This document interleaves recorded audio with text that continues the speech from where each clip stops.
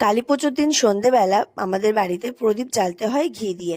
সবার বাড়িতে হয়তো এই নিয়মটা থাকে, তাই জন্য বাবা সেটা প্রস্তুত করে নিচ্ছিল।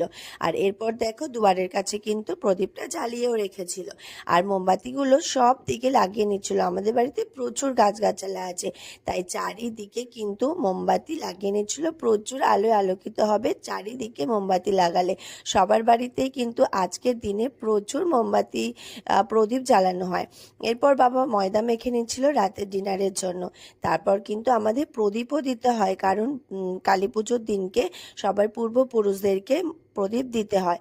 প্রত্যেক বছর আমি দিই, বাট এই বছর ওই কারণটার জন্য আমি দিতে পারবো না, তাই মা বাবা বোন কিন্তু এখানে দিয়ে দিয়েছিল। এরপর অনেকটাই রাত হয়ে যেতে বড় পাপা আর আমার বাবা কিন্তু মোমবাতিটা জ্বালিয়ে নিচ্ছিল। আর আমার ছোট পাপা দেখো কেমন দুষ্টু করছিল। আর রাতের বেলা কিন্তু আমরা প্রচুর বাজি ফাটাবো, তার জন্য আমার ভিডিওটা দেখতে হবে। টাটা।